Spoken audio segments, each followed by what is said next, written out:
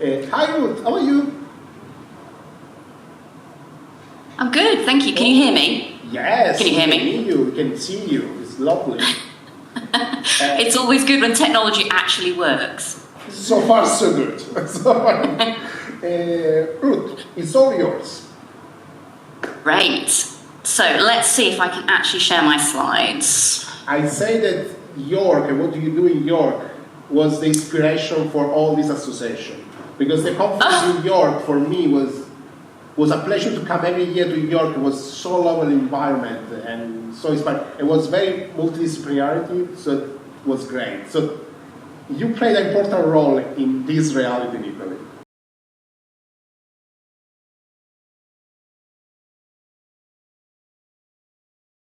Oh, that's fantastic. Thank you so much for that sort of feedback. It was certainly the intention when we set up DACnet in York with the conferences to have that interdisciplinarity and that friendly, welcoming atmosphere. So it's great to join you all today. And certainly from what I've been hearing so far, I can pick out a few words, but I really, really regret that I can't speak Italian. So I apologize that I have to deliver this in English. But let's get started. So today I'm going to be talking about the thanatological imagination, and I want to share with you my passions for bringing creativity into this area of research. So I'm a social scientist by background. I'm actually a criminologist, ultimately, who sort of stumbled into death over the years. And unlike many social science topics, death occupies a unique position. It's faced by all living beings. It's a universal experience whereby people in their lifetime are going to encounter death of family, friends, pets. We are going to become bereaved. And ultimately, we will all die ourselves. Now, due to the sensitive nature of death, dying, bereavement, and disposal of the dead, there are a range of challenges to researchers, particularly in terms of ethics and access. As such, death research draws on a range of techniques, practices, and contexts, and this has implications for the knowledge that we produce and how it can actually be used. Now, in this talk, I want to explore the role and benefits of creativity in death studies. The creative approaches to death is often through artwork, drama, music. However, I'm going to argue that there are other routes to be creative. I'm going to use the concept of the thanatological imagination to springboard us into how we can be creative in terms of research practice, but also how we can use that research creativity to become pedagogic, creative individuals. So we become creative teachers surrounding our death research. And that this should go to not only our students, but to the wider public, beyond death scholarship, but touching everybody around us. I'm going to argue that we need to be facilitating these discussions beyond the death industry and beyond the death academic circles. I'm going to suggest that through digital enhancement and walking methods, we can actually research and learn on the move and create a collaborative, inclusive learning community that can benefit us all. So that's my intention today. Now, C. Wright Mills is one of my favorite or sort of my go-to academics. And back in 1959, he wrote about the sociological imagination. And he wrote that there are non-sociologists out there who do amazing sociology. In fact, he thinks that there are better non-sociologists than there are actual sociologists. And he thinks that the role of sociology is to identify and interrogate the connection between the individual and larger social forces at play. And he conceptualizes this through the sociological imagination. And he suggests that by approaching society in this imaginative way, we can reveal and understand power structures, history and values, and how that impacts personal experience, social roles, and individual identity. Effectively, he's interested in this relationship between personal troubles and public issues within social structures, and how biography and history intersect. Now, death and the issues of mortality are big fields in sociology. And I think the sociological imagination can be taken and adapted to become the thanatological imagination. Let's face it, nothing is more intimate and personal than death. It's one of the few universal human experiences. So, what I want us to think about is how we can take the sociological imagination and adapt it to become the thanatological imagination.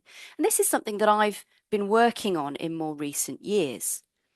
I've sought to expand this sociological imagination and encapsulated it within death studies to become this thanatological imagination. And what I think is really important here is that we have non-thanatologists, so non-death scholars, who do death studies, they do death research, they want to engage with issues around mortality. So the thanatological imagination is there to bridge between research, students and learning, and the wider public, and the death industry itself. I use this concept to encapsulate it as a publicly consumed space of thinking sociologically through a lens of death. So when I've been working with this concept, I've principally been drawing from my own background and interests in popular culture and actually conceptualizing and thinking about death representations. So how death and the dead are represented and how they are then ultimately consumed en masse by the public around the world.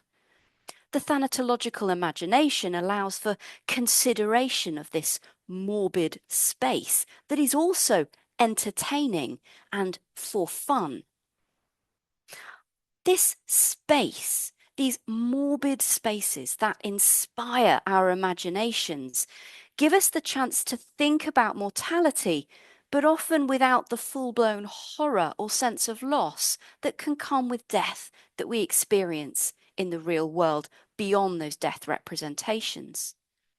So the thanatological imagination, I would suggest to you, is an agile concept. We can use it as a place or a space for thinking about and through a lens of death. The intention behind the concept is to provide a language or a term to inspire and allow for creativity in death studies. And I want to suggest that as researchers, we are all inherently creative. We're all working on new and original ideas and insights. We are inspired by and enjoy being creative and thinking about things in new ways. But I think it's important we reflect on actually how we can expand that creativity. And that's what we're going to be thinking about now. Now, the thanatological imagination can be and is able to be used creatively. And what I mean by this is that by drawing on the thanatological imagination, death scholars can be inspired to study mortality from different angles, adding to the knowledge and expanding the field. It's a tool to help us approach mortality. And I think it can be particularly helpful when we're thinking about and examining death representations. We are in what Mitchell refers to as an ocular-centric culture. Images, pictures, the visual dominates our everyday life. And death is part of this image-driven world. And there's a huge increase of visual portrayals of death that are fictional. Stuart Hall, back in 1997, wrote that images never contain a singular or true meaning. In analysing death representations, there's a need to appreciate the creativity that goes on to create those particular images. And we need to understand the narrative behind the inception, reception, interpretation, and impact of the visual. And also, these images themselves are constantly subject to interpretation and reinterpretation. For example, if we think about the undead, so yes, we are thinking about zombies at this time of the morning. Zombies do actually freak me out as a type of monster. I feel uncomfortable with them, but I do find that they're a really interesting tool to help us think creatively about death and through the thanatological imagination. Zombies are reanimated corpses, and we consume them as entertainment. They cause us to have diverse emotional engagements. When I teach about the undead with my students, some students don't want to be in class. I have students who refuse to actually do some of the reading or watch some of the movies because it worries them. Others are totally embedded in enjoying and are interested in unpacking the undead. So we have these different emotional engagements with them. It allows the audience, the consumers of these undead beings, to connect with broader social themes about the dead. These are the dead who don't stay dead. They don't behave as we think the dead should behave. They become a monster. They engage with issues of horror and fear. They help us reflect on social themes and issues that change over time. Zombies have developed from being grey, heavy, made up actors who are shuffling and are there to eat brains through to a fast moving, threatening pandemic that we are all fearful of. They change with time, and how they're represented changes with time. And this helps us to think about the fact that we have non-academics, non-thanatologists, such as filmmakers, advertisers, who are drawing on the thanatological imagination and death representations. Another way of thinking about the thanatological imagination beyond the undead is to think about how it can actually help us engage with mortality through other representations. And this draws on another area of my interest, and that's celebrities. Actually, when we're thinking about celebrity and we think about death, let's think about dead celebrities and how they continue to influence us. Now, celebrities are, for an academic, incredibly hard to access. Brad Pitt does not return my calls. Actually accessing this group in life is really difficult. Now, in death, we can actually access this elite group. And it's something I've worked on in more sort of recent years and published on back in 2020. But I just want us to reflect on this for a few minutes, how dead celebrity careers can actually give us a data set, a creative data set that inspires our thanatological imaginations. Now, every year in October, Forbes magazine publishes the Dead Rich list. It's an annual publication of the earnings of the top 10 dead celebrity earnings. Sometimes they do publish 12. I've never been able to understand quite why sometimes they go to 12, but generally it's 10. And what this is publishing is the data of what these dead celebrities are earning after their physical being is dead, but their image, their career, their legacy is continuing. Now, this has been published since 2001. So we've actually got quite a hefty data set to look at dead celebrity earnings. And this is a really sort of, I think, innovative approach to thinking about death. It gives us a chance to reflect on and approach this in an imaginative way. We can think about how the dead are productive after death, and that they are a consumable product not only in life, but very much once their mortal remains are gone. Now, back in 2020, I examined or collected together this data set of posthumous celebrity careers. And what became really clear is that if you are white, if you are a man, and if you're a singer-songwriter, you're going to have a much more successful posthumous career than anybody else. If you're a woman, it's much harder. There's only been 5 women to appear on this list since 2001 and over 60 men. And I think what this really starts to reveal is that by looking at death, by looking creatively at death through celebrities, we can actually see how gender inequality extends into death. Death is not the last great equalizer. In fact, inequality extends inherently into death itself. So 5 years later, since I published this, not much has changed. Every year in October, I get excited to see who is going to be on the list, who is in the top spot, who has slipped off. Are women going to be better represented? But we're not seeing a great range of diversity, not only in terms of men and women, but we also see a lack of ethnicity represented on this list as well. It's dominated by sort of Britain and America. So actually even Eurocentric visions are not that well represented. But what this does start to reveal to us in terms of that thanatological imagination is the social potential of looking at some of these creative data sets.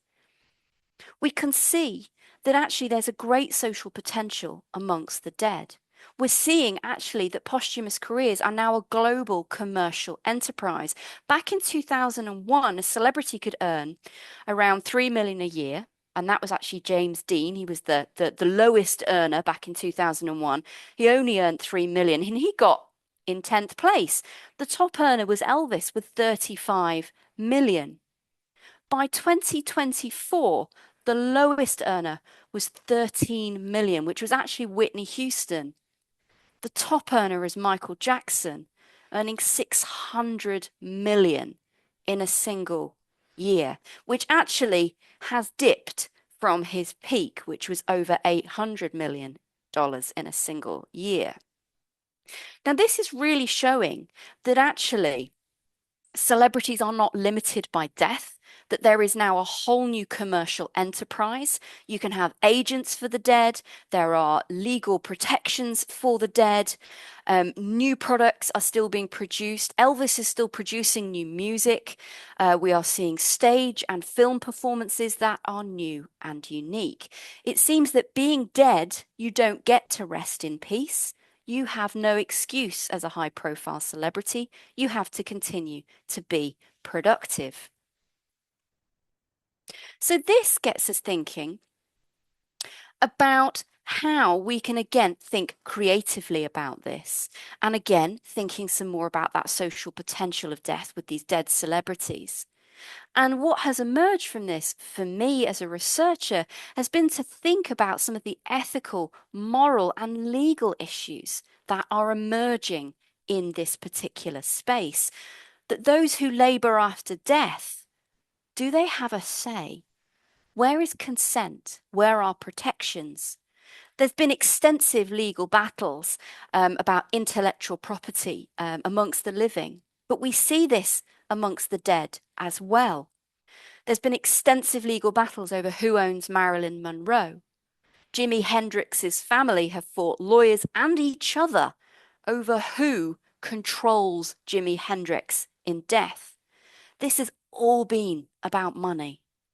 So actually what we're seeing here is that in death, not a lot has changed regarding some of the inequalities and battles that we see in life. Moral and ethical debates continue to rage. So should the dead be competing for film roles? Potentially they're putting the living out of work if you can cast a dead person. Do the dead truly consent to how they're going to work after death? Does Marilyn Monroe still want to be selling Dior perfume? Did Whitney Houston actually want to be a hologram and tour the world? Who controls her? Do they get a say?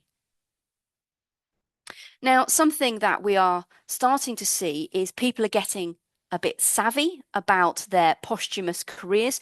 Robin Williams has led the way in actually cultivating a digital legacy, and he left himself his posthumous career to a charity that he set up before his death, the Windfall Foundation. Now, this charity protects and owns him in death. but no one can benefit from him until August 2039. So he's actually controlled his posthumous career after death. What's going to happen after 2039? We are yet to see. Now, by looking creatively and thinking imaginatively, you can actually uncover some of these interesting data sets and start to add to bigger debates, creating a space for sort of new things to think about in the field of death studies. But not everybody wants to think about celebrities or researches about celebrities. Not everybody wants to think about popular culture. So how can we use our thanatological imaginations creatively and go beyond just being innovative in how we research using, interesting or exciting methods? And how can we teach and engage with people using creativity and imagination? And how can we educate about death, dying, and disposal from our different approaches to the field of death? And I want to share with you now, for the remainder of this talk this morning, a research project that I've been working on over a number of years. And it relates to the thanatological imagination. It draws on creativity. And it's about how we can use research to engage pedagogically, how we can teach, and how we can get students to learn imaginatively and creatively, and how that can then overspill into engaging with the wider public.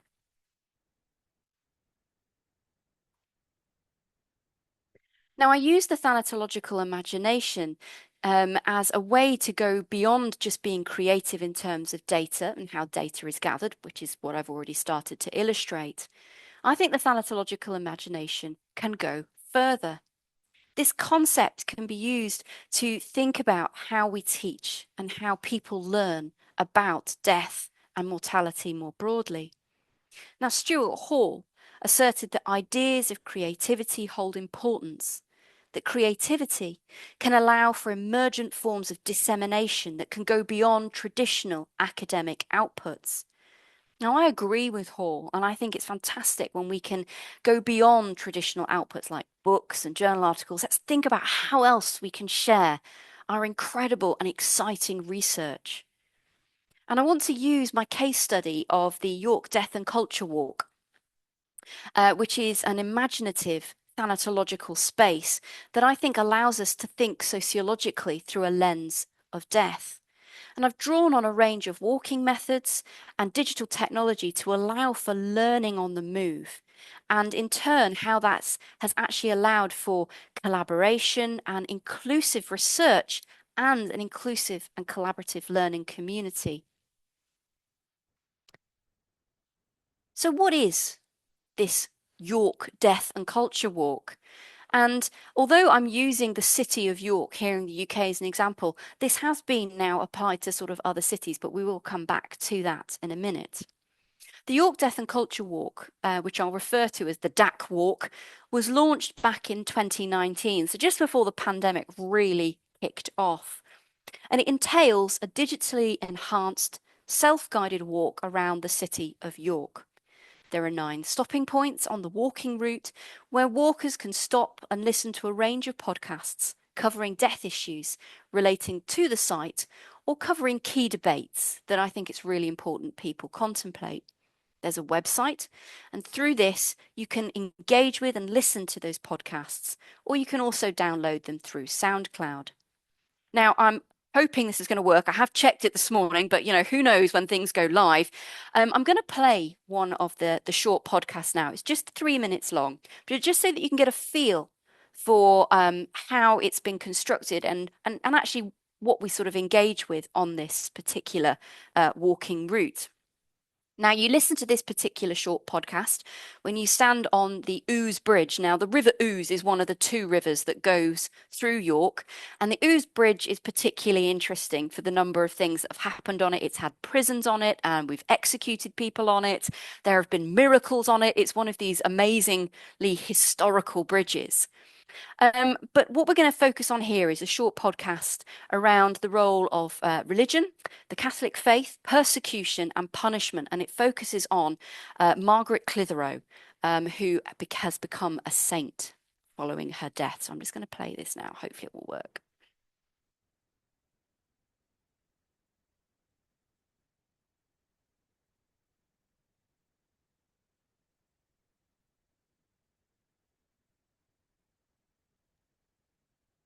Good. I can hear anything. Did you allow the audio when you share the screen? Mm-hmm. Okay. When you share the screen, on the right side should be like a window. And Okay. now you have to stop the sharing, do it again, just the sharing.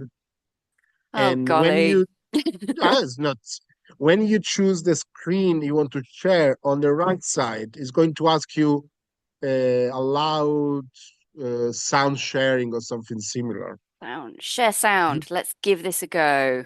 Yes. Okay. Wave at me if it doesn't work. Apologies. Don't worry. Clitheroe was canonised, Can you hear it now? meaning she was made a saint, by Pope Paul VI in 1970.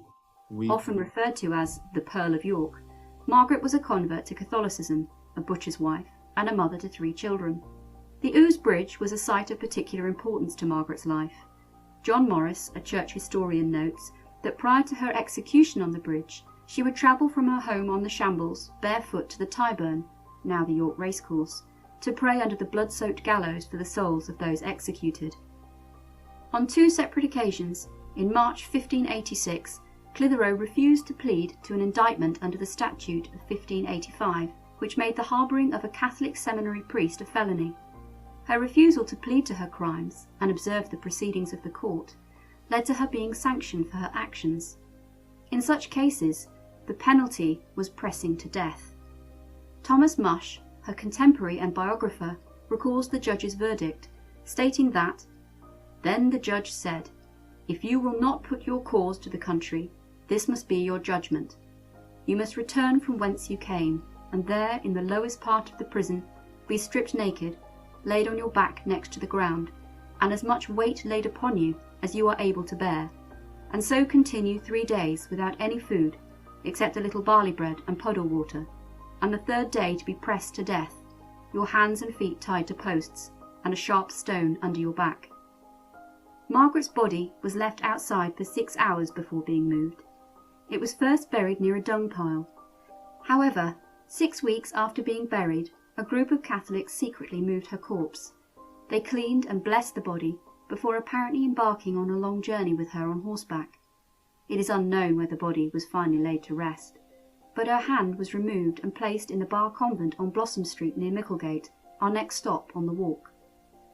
Joseph Amato, writing in his book Victims and Values, A History and a Theory of Suffering, contends that even though the suffering and death of many of these saint victims was not willed and passive, they nevertheless suffered, bled and died, and their suffering itself as a victim made them holy and was considered reason enough to join them to the crucified Christ, who himself was defeated and humiliated on the cross. As such, holy relics and the praying to saints for worldly intercession became an active part of Catholic liturgy. Clitheroe, however, was not the only martyr from England and Wales to be canonised.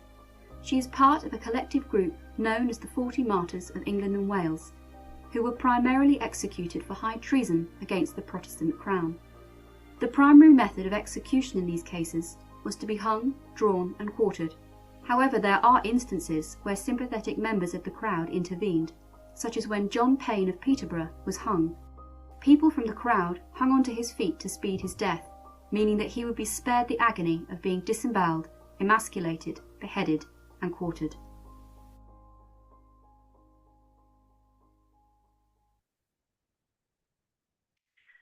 So there are a variety of these podcasts that go around and through the walk itself, and the walk was developed over a number of years, and there was extensive planning, We did multiple I worked with a team, we did multiple sort of walking routes.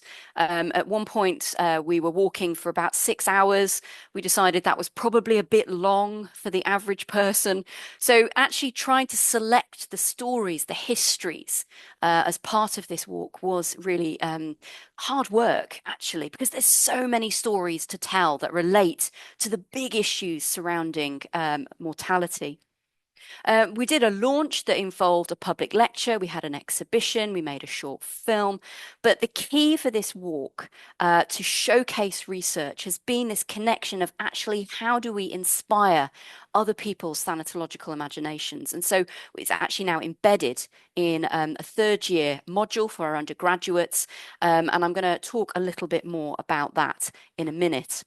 But the key for this is that we've used this walk to inspire not only our imaginations, but those that actually consume this walk and the podcasts as well.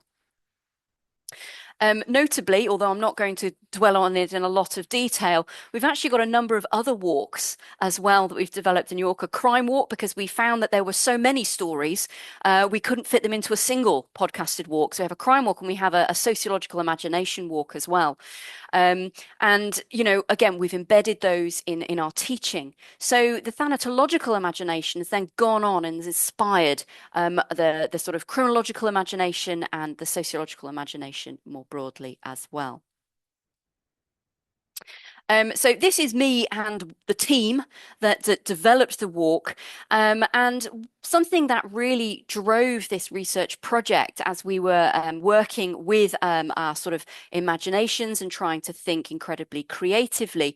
We drew on a participatory methodology.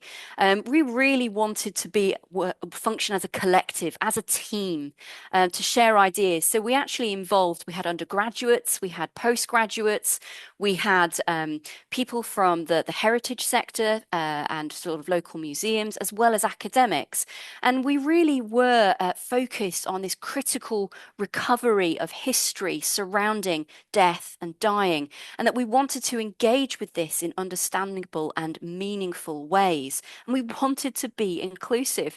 One of the highlights was really working with our undergraduates. You can see our undergraduate there, second in from the left, and she formed all sorts of incredible connections in the local community and was a real asset to our team.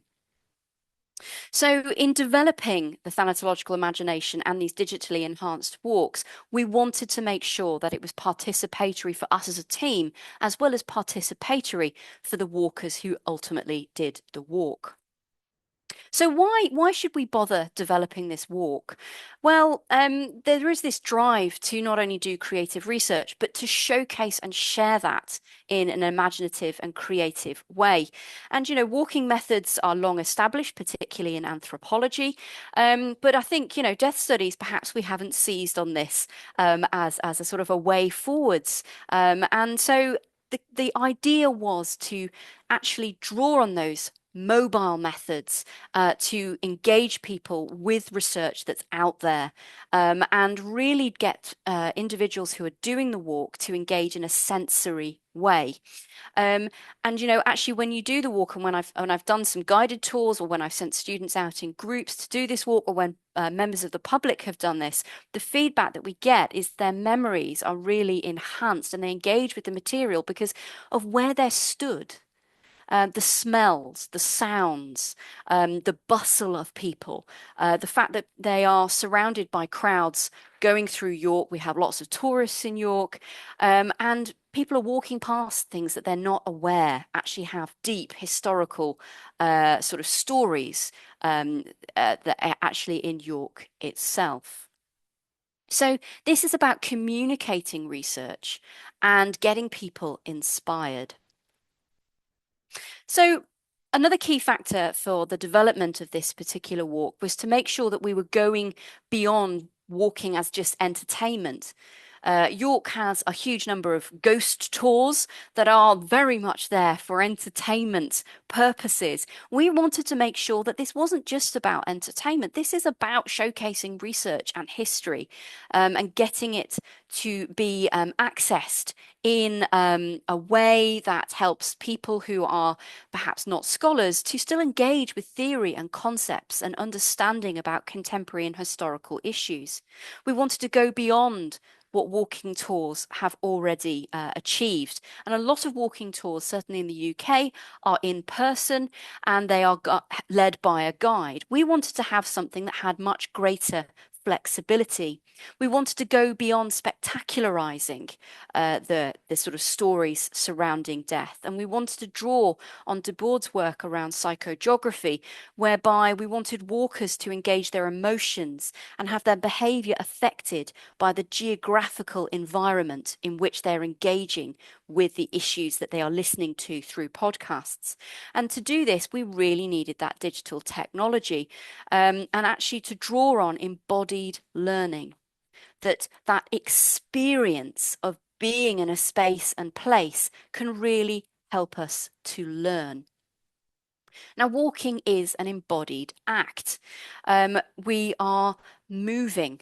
We are having to actually physically move and coordinate through people, around buildings, negotiate traffic, all of these sorts of things. And it has an impact on us. It helps us remember and connect with things. And when we're listening to the stories about death and dying and the disposal of the dead in space and place, it's helping people connect and root that knowledge into space and place. And this really enhances learning. It's enhanced my learning as I learned about some of the stories that we've built into this walk. Actually, I can't see York in the same way. When I stand at the York railway station, I will always be drawn to the fact the cholera burial pit is right opposite the exit and entrance into the city railway station, and people just walk by, and I know just how many of the dead are lying there and why.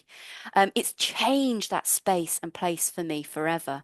And the students that I know who've then gone and done this walk have had similar experiences. They no longer see the city in the same way. So there are real opportunities here for us to learn about the sort of notions of mortality whilst we are on the move.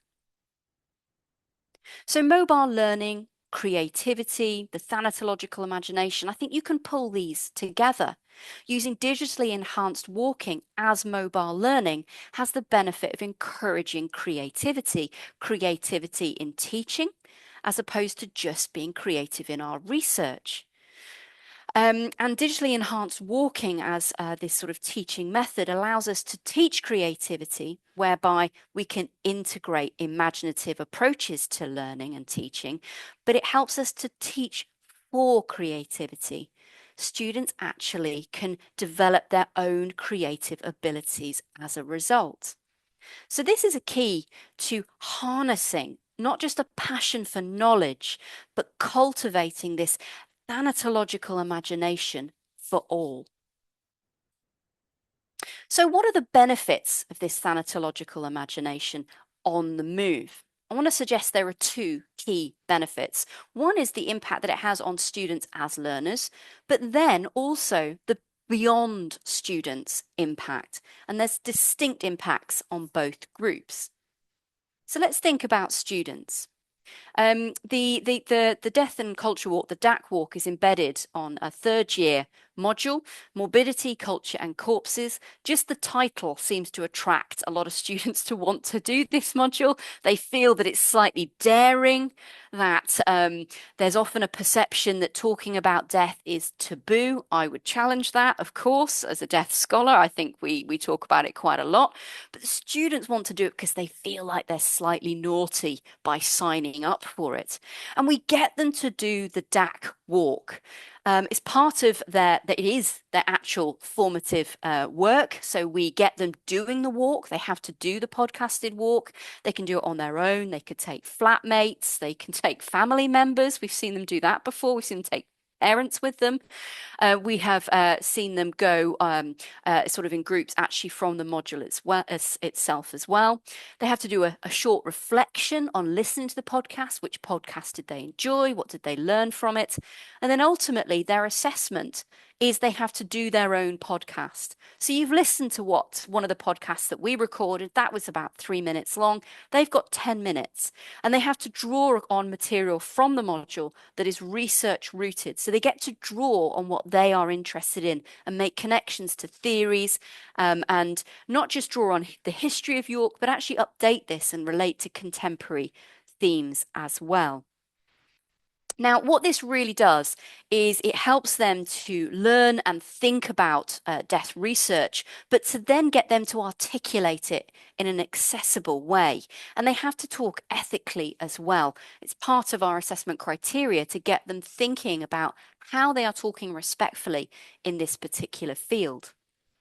Now, what this has done is on the module itself, it really builds a strong sense of community and identity, something that I think, when we are teaching students, there is that big push to, students need to feel like they belong. And actually doing the DAC walk binds people together. They bond while they walk. It's inclusive and flexible. Students can build it around their multiple commitments, which again, the feedback we get is really positive. And we found that the international students that are visiting the University of York who take this module really enjoy the walk itself. If they find that they are able to really connect to the country that they are visiting and the city in which they are studying. And I've got a quote up on the screen there, whereby a student just reported that, since I have a different background, I'm not from England, I have the opportunity to take this and apply in my home countries as well. And I have had students who've gotten in touch after they've studied and done the DAC walk. They've gone back to their home country, their home studies, and actually use walking methods in their own research projects. So it's fantastic to see the ripple effect that can happen, whereby we're seeing students actually not just being inspired by and looking into death itself, but how they want to think about it and actually doing their own research projects on it. And what we've also started to see is the DAC walk doesn't just belong on the module that we coordinate in my department. It's been adopted by other departments, archaeology, education, and even another university in the city of York, York St John, has also adopted it. So it's really encouraging to see how the thanatological imagination that has been inspired to develop this walk has then had this broader effect on others. And then beyond students, we found that the development of this walk and sharing this research had an impact on the team itself that developed it, like I was saying, from the undergraduates right through to established academics. We were all at different career stages, and it benefited us in that we were able to support and draw each other forwards in our life journeys, but also in our understanding and knowledge. It was a really encouraging process. And as individuals, we were really left with this walk.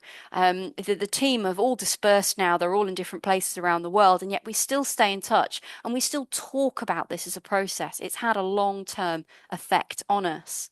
And then also this walk has had an effect beyond students, beyond the academics and the team that developed it, but it's become a public-facing tool. It features every year in the York Festival of Ideas, which is a huge free public festival of learning. We use it for marketing and recruitment of undergraduates. The university really likes it as a tool to say, this is what we do here at York. We advertise it as we do the outdoor classroom. Widening participation, we actually use it to encourage people to think about studying at university or haven't been familiar with university processes. And we use it as we're launching in June a MOOC, a massive open online access module that is for anyone, but prospective students can do this module that involves listening to the podcast, doing the walk through videos that we've filmed. So you don't actually have to physically do the walk, but you can do it remotely, and it can actually help them apply to university. So it's had a really wide-ranging effect. So just to start pulling all of this together, because I'm aware of the time, I want to think about this final question, you know, the thanatological imaginative future of death studies. What is that? What this talk has set out to try and do is to explore the role and benefits of creativity in death studies. I've proposed the thanatological imagination as a springboard into how we can be creative, not just in research practices, but also how we can do that pedagogically, and we can facilitate not only students, but the public's engagement with death and research. As death scholars, we need to create consumable spaces where people can think about and learn about death. And we need to use death studies to reach beyond our academic death research community, and we need to reach beyond our partners in the death industry itself. Death affects everybody, so we need to be reaching out and beyond. I've suggested we need to think and work creatively to use and inspire this thanatological imagination.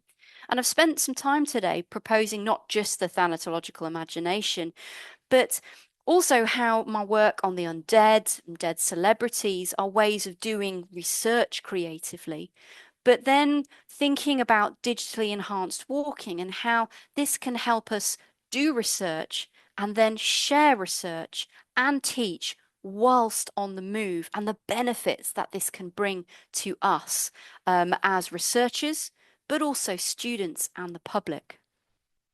So my challenge to you is, how can you use your thanatological imagination?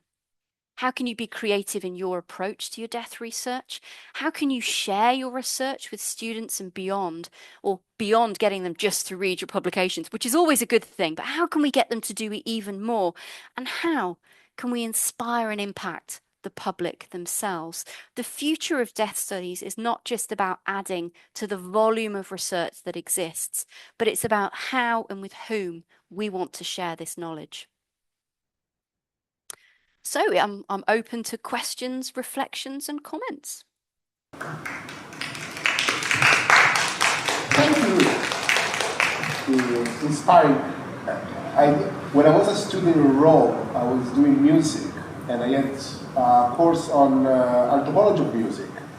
And we had a walk in Rome about water, the sound of water in Rome. And it was like my professor and these 6 students walking around with audio recorders to record the sound of water in Rome. And he was telling us about the history of Rome and the history of the river Rome and how it changed the relationship with the city. And still now, that it's 15 years now, I still remember it, like fondly. So I had a similar experience as a student, totally work, and it was so refreshing to do something that wasn't just, okay, you have to read these 3 books and that's it. So it's Absolutely. It is that sort of that experiential learning through experience, through doing.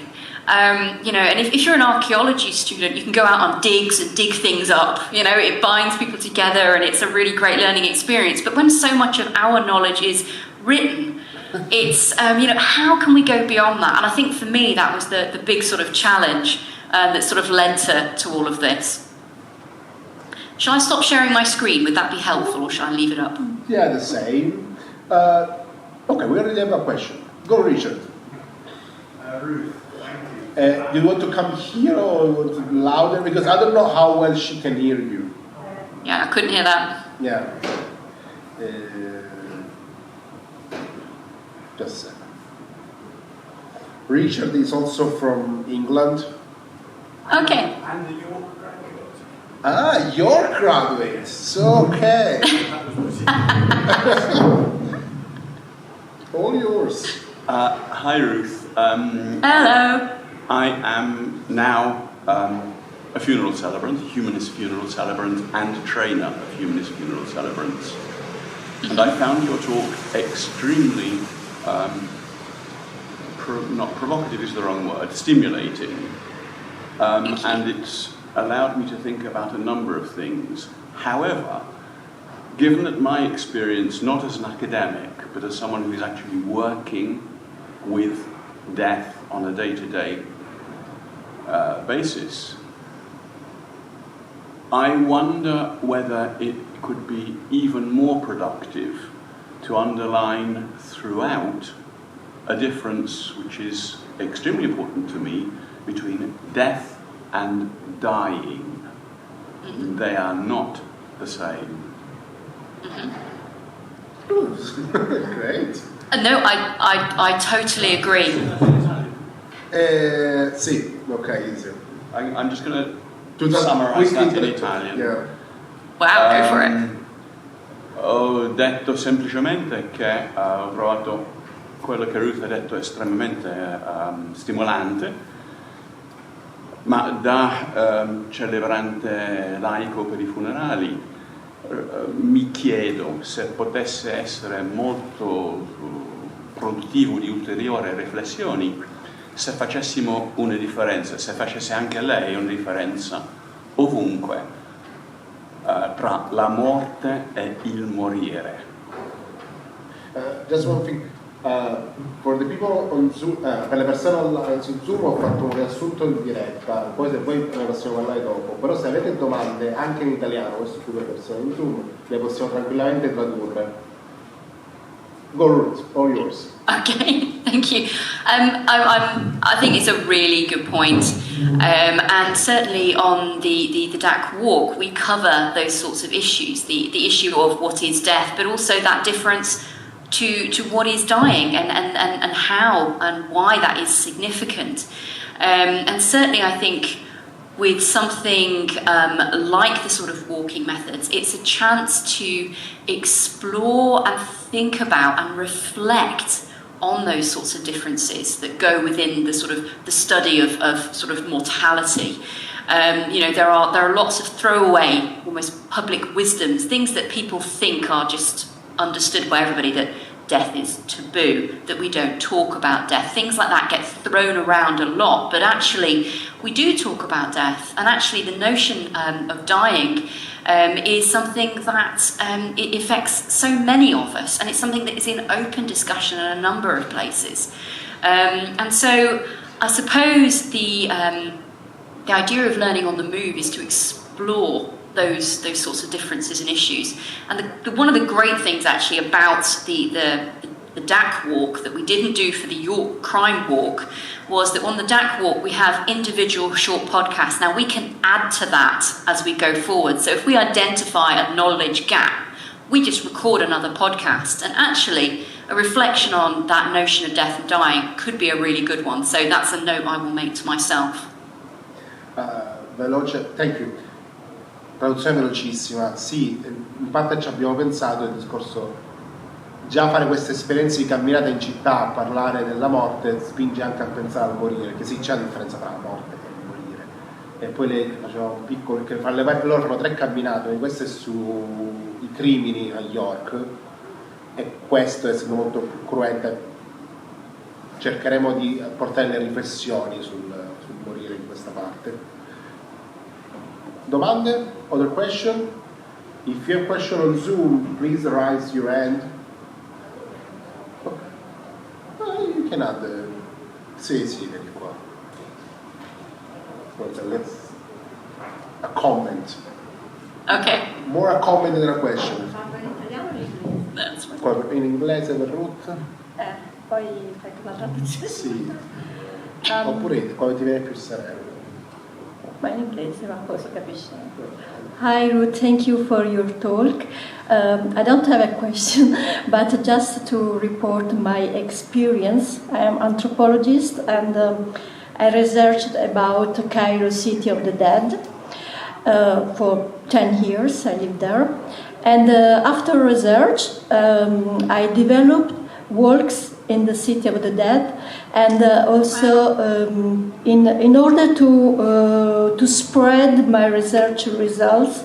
And I had 3 itineraries in the City of the Dead. About one is about historical religious itinerary. Another one is a music itinerary, and another one was something like ethnological, anthropological itinerary. Just to say my experience, it was very interesting to widen the research result to the public, to not academic, not students, but normal people, you know. And also I had one visit in the monumentalist graveyard of Turin, because I had a research about one Italian entrepreneur lived in Egypt, so about his tombs and so on and so on. And also in the monumental cemetery of Turin, they have a lot of guided tours. Just to say this. Thank you. Adesso in Italia Anna Tozzi è un'antropologa, lei si occupa della città dei morti del Cairo, tra l'altro è pure un libro, e ha organizzato delle camminate anche alla città dei morti, in cui parlava del cimitero di Torino. Sì, poi ho scritto ho fatto un'altra ricerca insieme a un egittologo su un personaggio italiano che si era trasferito al Cairo, era diventato un imprenditore, un mobiliere, quindi è sepolto a Torino, dove c'è un sarcofago molto importante sulla sua tomba, che è stato studiato da questo egittologo, e ho condotto, diciamo, insieme a lui una visita. Tra l'altro ho il libro per lei, quindi mi ho portato, non mi ricordo se l'aveva già avuto o meno, però ecco. E quindi questo discorso delle visite guidate è molto interessante proprio per, diciamo, diffondere appunto questi temi oltre, diciamo, l'accademia. Grazie. It broke up a little bit, so I didn't get everything, but it sounds like, what was it, tours working through in Cairo in the City of the Dead? Yes, exactly. How amazing! That sounds absolutely phenomenal, and I think this is where digital technology is so helpful, because so many walks or guided walks are in person and they're not recorded. So unless you're there, you can't engage with the material. I think the joy of podcasts now is that you can record and let people engage with this material in their own time. And you know, I have great hopes that we're going to get more and more of these walks. CDAS, the Centre for Death and Society in the UK, has just launched their own death walk that I've been sort of working on, and we've been able to tell different stories that I can listen to up in York, and it would be great to do it in person, but if I can't, I can still learn, which I think is really, really great. Like, I'm from Palermo, we are in Palermo now. I think you never came to Palermo so far. And I so want to. Palermo has a strong history of that. We have the catacombs with the mummies. Yeah. Here, per tutti, ci sono le carceri di Inquisizione. We have the Inquisition jails. We have many things about that. And when we have all the victims of mafia war. We're talking about many people killed on the street and other memorials. And I often think about the importance of making like some walk about that, in that buckets. To teach mafia in not cheesy way, because then from a Sicilian mafia is often portrayed in a very cheesy way. Yes. Sometimes even positive. But we can use this method of walking through, like, to experience how much like Palermo is an open air graveyard of people killed by mafia or its history. So it's something super fun, personally. Yeah, absolutely. And I think, you know, when you live in a city that's been there on a site for a very long time. I mean, York's been around for 2,000 years, and you know, you have, you know, people live and die in the same space. That means you are walking amongst the dead. And, you know, looking at the stories of the dead, it tells us so much about the here and now. And like you say, with something like the sort of mafia, actually, you know, teaching or helping people learn about the mafia, but through the lens of death, through the victims, it gives a different way of engaging with that material and the recognition of the impact of certain behaviours. So yeah, I really want to come. I'm going to invite myself out very soon. Every time you want, just send me a message. Per i non palermitani, Piazza Marina ci facevano le esecuzioni capitali. We are very close in a place, the Inquisition jails, and also like when they used to do execution, like 10 meters from here. Domande? Potete tranquillare? No. Domande, curiosità, anche da Zoom, le potete fare anche in italiano e ve le traduco. Non siete timidi. Joseph se la sta pensando? No, non stavo pensando, spigolavo tra le poche parole che capivo e mi venivano in mente la lezione. Sì, ma non eri tu in discussione, ero io. E pensavo alle caverne dei Beati Paoli. Ok. Basta, Santa Ninfa, eccetera. Joseph is the director of the cemetery of Trento. Wow. He was thinking in Palermo there was a group of people called Beati Paoli. It was a kind of a secret organization, and there are a lot of stories and mythology around it in Palermo that are very famous. Domande? Noi siamo perfettamente in tempo. Se avete domande c'è tempo, se no andiamo alla pausa. Aspetta, c'è una domanda da fare? Ce n'era una?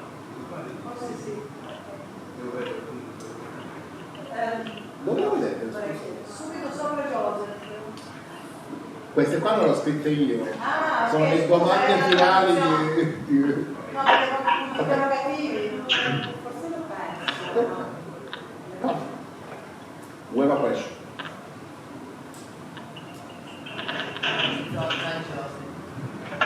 Ah, sì.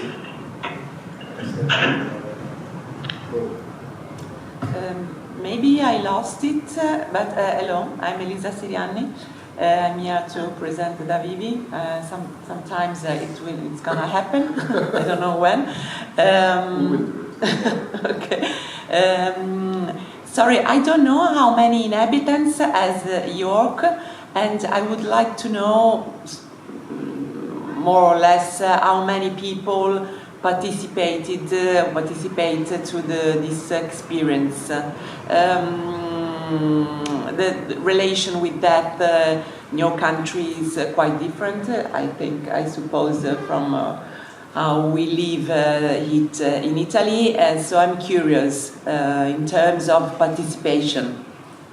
It's a great question. So York as a city has a population of about 200,000. It's a small city, but... Sorry. Just a piece from the Italians. In UK, there are only 2 cities larger than 1 million people. Nel Regno Unito ci sono solo 2 città più grandi di 1 milione di abitanti, Londra e Birmingham. Sono tutte città piccole, però molto vive e molto strutturate. Cioè, io stavo a Newcastle, che è la metà di Palermo, ma era molto più viva. Perciò sì, York è una città piccola. York is a small city but very alive. The organization is very different per Garden Italy. Sorry, just a clarification. Yeah. That's fine. So we are able to track how many people are listening to the podcasts.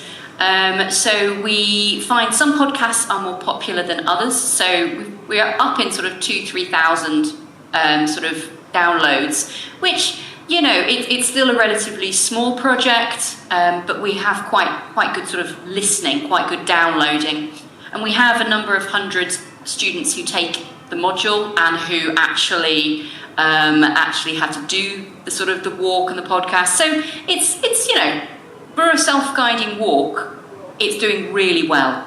I don't have exact numbers, but because we run it every year. In June, the York Festival of Ideas, we'll get lots of people who will do it. So we'll see a spike in people doing the walk.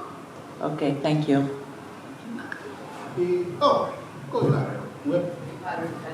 Okay, Ilaria is going to speak in Italian, I'm going to translate it.